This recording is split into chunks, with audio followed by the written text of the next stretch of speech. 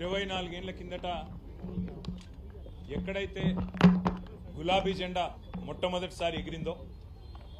అదే జలదృశ్యంలో ఈరోజు తిరిగి రజతోత్సవ సంబరానికి మేమందరం కలిసి ఇక్కడికి వచ్చి ఏ పెద్ద మనిషి అయితే ఆనాడు గులాబీ జెండాకు తెలంగాణ రాష్ట్ర సమితి అనే పార్టీకి ఏ అండా దొరకని నాడు ఎవరు కూడా కనీసం ఆశ్రయం ఇయ్యని నాడు నేనున్నానంటూ ముందుకు వచ్చి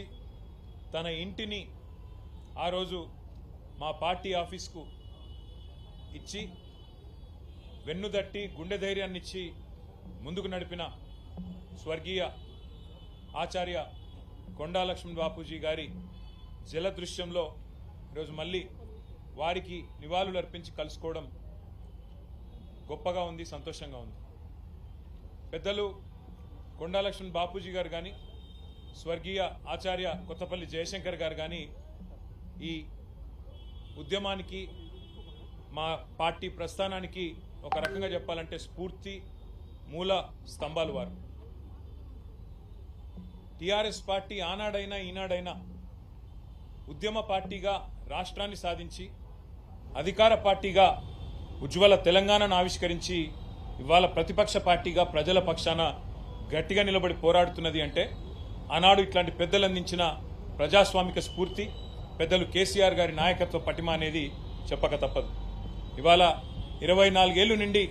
25వ సంవత్సరంలో అడుగు పెడుతున్న సందర్భంగా స్వర్గీయ కొండా లక్ష్మణ్ బాపూజీ గారికి, స్వర్గీయ కొత్తపల్లి జయశంకర్ గారికి, వేలాదిగా తెలంగాణ రాష్ట్ర సాధన కోసం ప్రాణాలు అర్పించిన తెలంగాణ అమరవీరులందరికీ వినయపూర్వకంగా చేతులు జోడించి వారికి వినమ్రంగా పాదాభివందనం చేస్తూ భవిష్యత్తులో కూడా వారి స్ఫూర్తితో మరింత ఉధృతంగా ప్రజల పక్షాన పోరాడే శక్తిని కల్పించాలని, 25 ఏళ్ల నుండి మరొక 50 ఏళ్లకు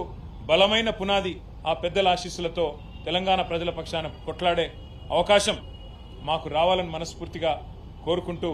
సహకరించిన పాత్రికేయ మిత్రులకు కూడా 24 ఏళ్లుగా ఉద్యమంలో, తర్వాత అధికార పార్టీగా, ఇవాళ ప్రతిపక్ష పార్టీగా అడుగడుగునా సహకరించి మాకు అండగా నిలబడ్డ జర్నలిస్ట్ అన్నలు, తమ్ముళ్ళు, పేరు పేరున తెలంగాణలోని సబ్బండ వర్గాలకు కూడా హృదయపూర్వకంగా నమస్కారాలు, వినమ్రంగా ప్రణామాలు. Thank you.